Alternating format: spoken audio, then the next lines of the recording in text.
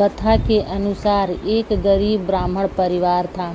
परिवार में पति पत्नी और उनकी एक पुत्री थी। पुत्री बहुत ही सुंदर, सुशील और सर्वगुण संपन्न थी, लेकिन गरीब होने के कारण उसका विवाह नहीं हो पा रहा था। एक दिन उस ब्राह्मण के घर में एक साधु महाराज पधारे। कन्या की सेवा से साधु महाराज का मन बहुत ही प्रसन्न हुआ।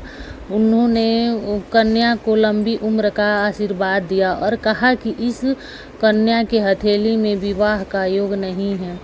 इस बात से चिंतित होकर ब्राह्मण परिवार ने साधु से उपाय पूछा कि कन्या ऐसा क्या करे कि उसके हाथ में विवाह का योग बन जाए।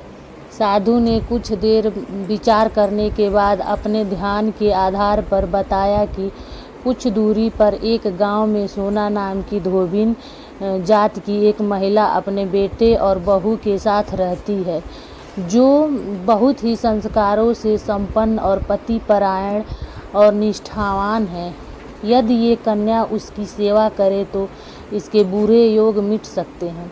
साधु ने ये भी कहा कि वह महिला कहीं आती जाती नहीं है। ये बात सुनकर ब्राह्मणी ने अपनी बेटी से धोबिन की सेवा करने की बात कही। अगले दिन कन्या प्रातः काल ही उठकर सोना धोबिन के घर चली गई।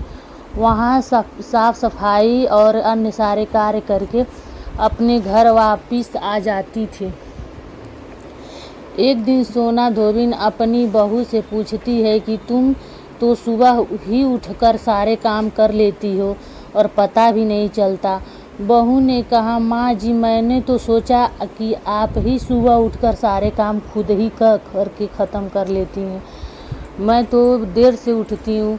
इस पर दोनों सास बहू निगरानी करने लगी कि कौन है जो सुबह ही घर का सारा काम करके चला जाता है। कई दिनों के बाद धोबिन ने देखा कि एक कन्या अंधेरे घर में आती है और सारा काम करके चली जाती है। जब वह जाने लगी तो सोना धोबिन उसके पैरों पर गिर पड़ी। पूछने लगी, आप कौन हैं और इस तरह छुपकर मेरे घर में आकर काम क्यों करती हैं? तब कन्या ने साधु द्वारा बताई गई सारी बात बताई। सोना धोबिन पतिपरायण थी, उसमें तेज था। वह इस बात के लिए मान गई।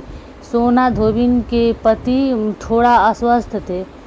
उसने अपनी बहू से अपने लौट आने तक घर पर ही रहने को कहा। सोना धोबिन ने जैसे ही अपने मांग का सिंदूर उस कन्या की मांग में लगाया, उसका पति मर गया। उसे इस बात का पता चल गया। वह घर से निर्जल ही चली थी। ये सोचकर कि रास्ते में कहीं पीपल का पेड़ मिलेगा तो उसे भंवरी देकर उसकी परिक्रमा करने के बाद ही जल ग्रहण करेगी। उस दिन सोमवती अमावस्या थी।